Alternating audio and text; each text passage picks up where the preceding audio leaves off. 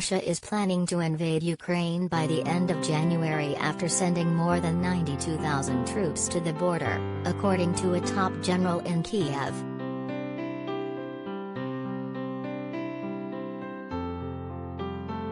Vladimir Putin's forces, including tanks, missile batteries and warships, have fanned out across the frontier, from Belarus to the north, the separatist-backed territory in the east, and on the banks of the Black Sea in the Crimean Peninsula.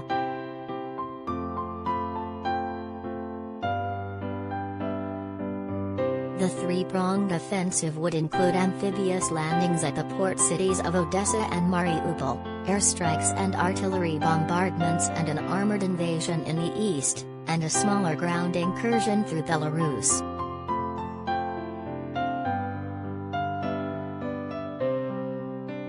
A map shared with Military Times shows how Ukrainian intelligence is bracing for a bloody and ferocious invasion that could see swathes of Ukraine captured in an assault which would dwarf the annexation of the Crimea in 2014.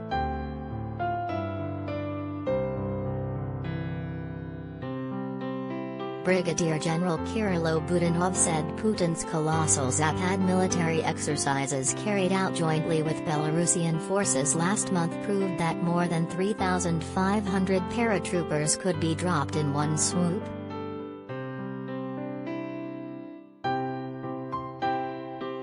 The Kremlin on Monday dismissed Budanov's claims and said that it was alarmed that Kiev was being supplied with large quantities of munitions and reinforcing its troops along the border.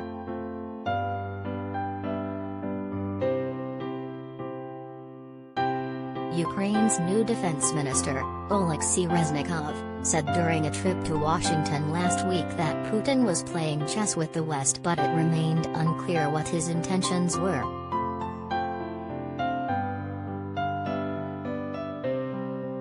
"We're not sure exactly what Mr. Putin is up to," Lloyd Austin, the U.S. Defense Secretary, admitted on Wednesday.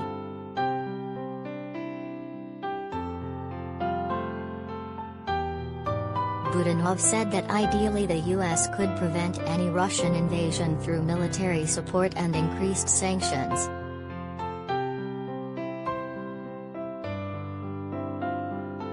Washington has delivered Mark V patrol boats, Javelin anti-armor launchers and TPQ-53 radar systems to track and counter incoming missile fire.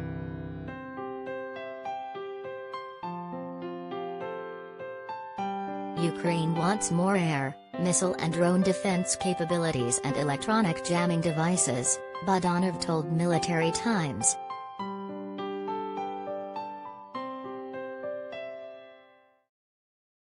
Britain signed a new arms deal with the NATO ally this month to provide 10 warships and new missile systems to shore up defenses.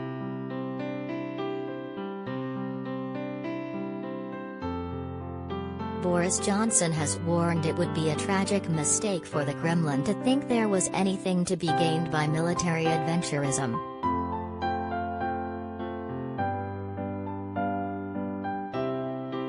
Budanov said that whether Putin decides to order the invasion, Moscow remained committed to gray zone warfare to disrupt the stability of the government in Kiev.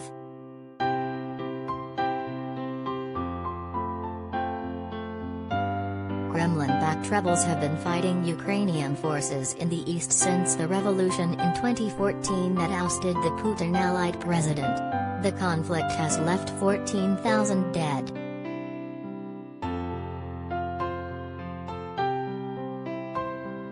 Ukrainian President Volodymyr Zelensky has further infuriated Moscow by censoring Kremlin-linked broadcasters and ousting pro-Russian business interests.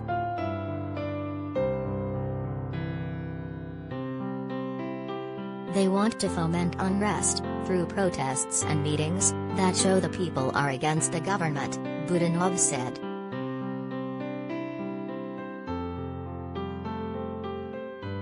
The latest propaganda offensive involves sowing anti-vax mistrust, in addition to preying on existing fears about energy supplies and the economy.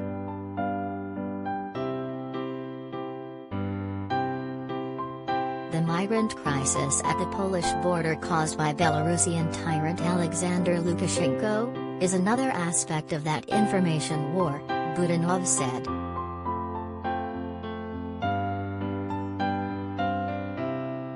They want to make the situation inside the country more and more dangerous and hard and make a situation where we have to change the government, he told Military Times.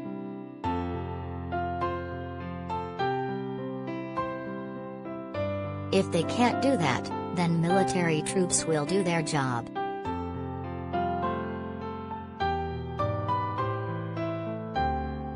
He said the view was shared by Kiev's intelligence counterparts in Washington.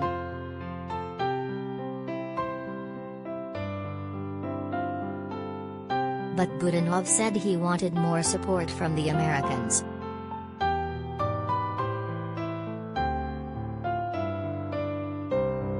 I think it's not enough for us right now, the commander said. We need more. No countries except Ukraine have open war with Russia. And we have for 7 years. That's why we're sure the US should give us everything we didn't get before. And right now. It's the right time for this. Because after it could be very late.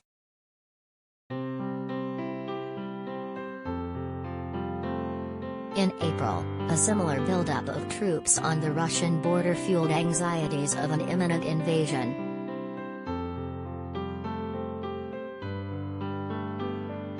But now Russia's relations with the West are even more strained by the migrant crisis laid at Europe's doorstep in Poland and soaring gas prices.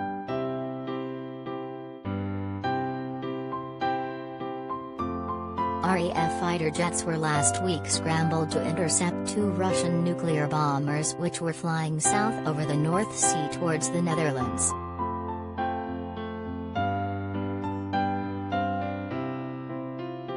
British troops have also been deployed at the Polish border to advise Warsaw's soldiers about how to protect from a Russian invasion.